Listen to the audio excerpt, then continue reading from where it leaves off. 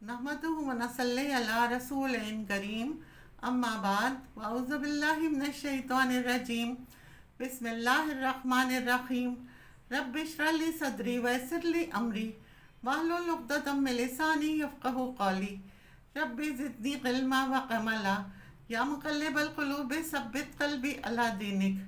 आज मैं आपको सूरह अल कहफ की फजीलत और उसके बेनिफिट्स के बारे में बताऊंगी। ये कुरान की तरतीब में 18 नंबर पर है। ये मक्की सूरत है, यानी ये हिजरत मदीना से पहले नाजिल हुई थी।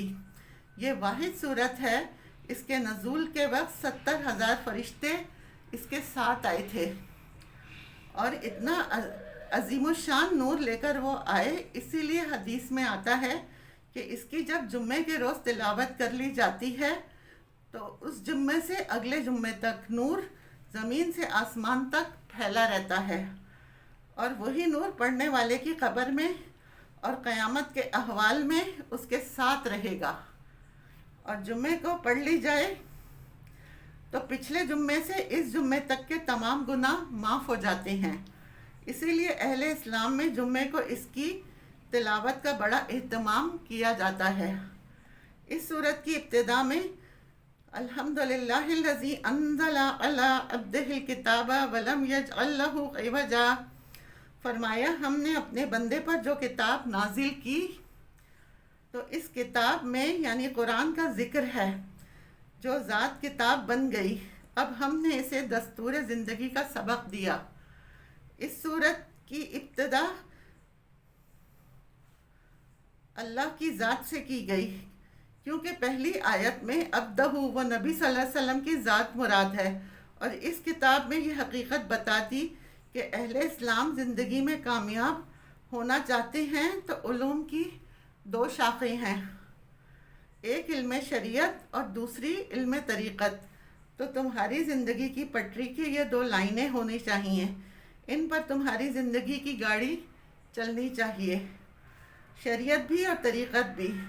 शरीयत तुम्हारे ज़ाहिर को संवारेगी और तरीक़त तुम्हारे बातिन को संवारेगी। इसलिए इस सूरत में शरीयत और तरीक़त के दो इमामों का जिक्र किया गया है।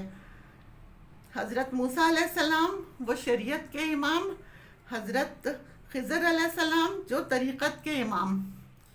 इन दोनों अम्बिया की मुलाकात का वाक़या ज़िक्र किया कि देखो ये शरीयत और तरीक़त मिलकर अब ये कामिल ईमान बनता है।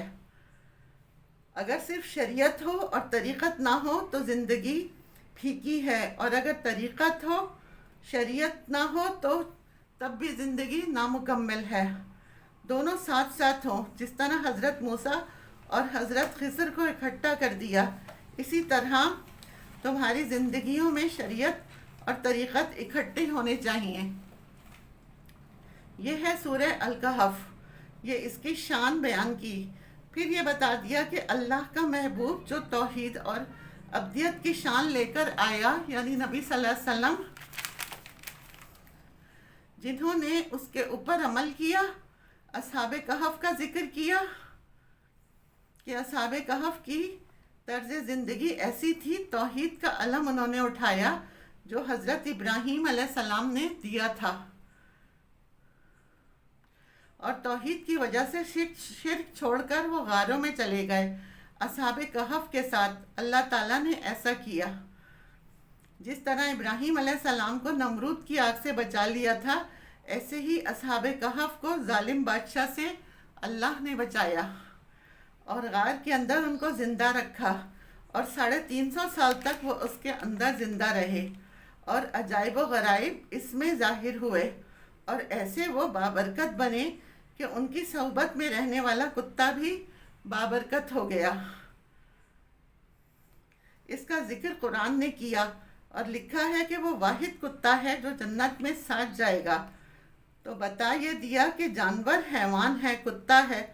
तो ऐसे अल्लाह वाले जो तौहीद का अलम लेकर निकले और सारी दुनिया छोड़कर खुदा के हो गए, उनकी सोहबत में रहने वाला कुत्ता भी जब जन्नत का मुस्तहिक बन जाता है तो इंसान अगर औलिया अल्लाह की सोहबत इख्तियार करे तो वो कहाँ पहुँचेगा। ये हकीकत सूरह कहफ के अंदर बयान की है। اور حضرت موسیٰ علیہ السلام اور حضرت خضر علیہ السلام کا قصہ بیان کیا۔ گویا شریعت اور طریقت ان دونوں کا امتزاج، اس لیے کہتے ہیں کہ شریعت منزل تک پہنچنے کا راستہ ہے اور طریقت اس پہ چلنے کی ہمت ہے۔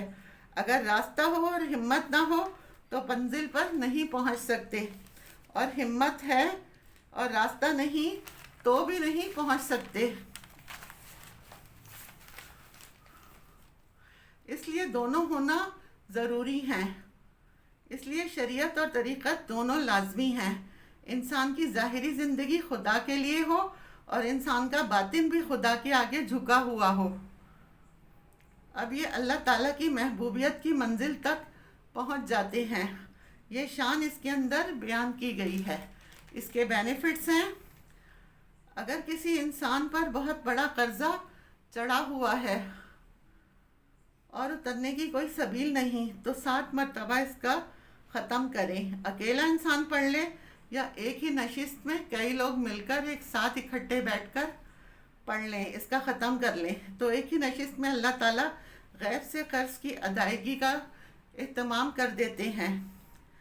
آج کل جو موذی بیماریاں ہیں، جیسے پہلے زمانے میں طاعون، جذام اور کوڑ وغیرہ ہوا کرتا تھا، آج کل کینسر، ڈائبٹیز اور مختلف قسم کی بیماریاں ہیں۔ اس طرح کی بیماریاں جس گھر میں ہوں، روزانہ یہ اس کی تلاوت ہو، اس کا پانی دم کر کے تمام گھر والوں کو پلاتے رہیں تو کوئی موذی بیماری گھر میں داخل نہ ہوگی۔ یہ اس کی خاصیت ہے۔ اللہ تعالیٰ اس گھر میں حصار باندھ دیتے ہیں۔ اگر کسی گھر یا دکان میں چوری ہوتی ہو، روزانہ اس کی تلاوت سے کوئی گھر میں چور داخل نہ ہوگا، آپ کا مال محفوظ رہے گا۔ اللہ غیب سے فرشتے اس کی حفاظت پر متعین کر دیں گے۔ جو انسان جمعے کے روز اس کی تلاوت کرتا ہے تو اللہ تعالیٰ اگلے جمعے تک اسے نور کے حصار میں رکھتے ہیں، اور اس کا نور اسے اس کی قبر میں عطا کیا جائے گا، اور پل صراط پر اور قیامت کے معاملات میں اس کا نور اسے عطا کیا جائے گا، اور پچھلے جمعے سے اس جمعے تک کے اس کے گناہ معاف ہو جاتے ہیں۔ اللہ تعالیٰ ہمارے اور آپ کے مسائل حل کرے، ہمیں اور آپ کو ثابت قدم رکھے اور عمل کرنے والا بنائے۔ آمین۔ وآخر دعوانا ان الحمد للہ رب العالمین۔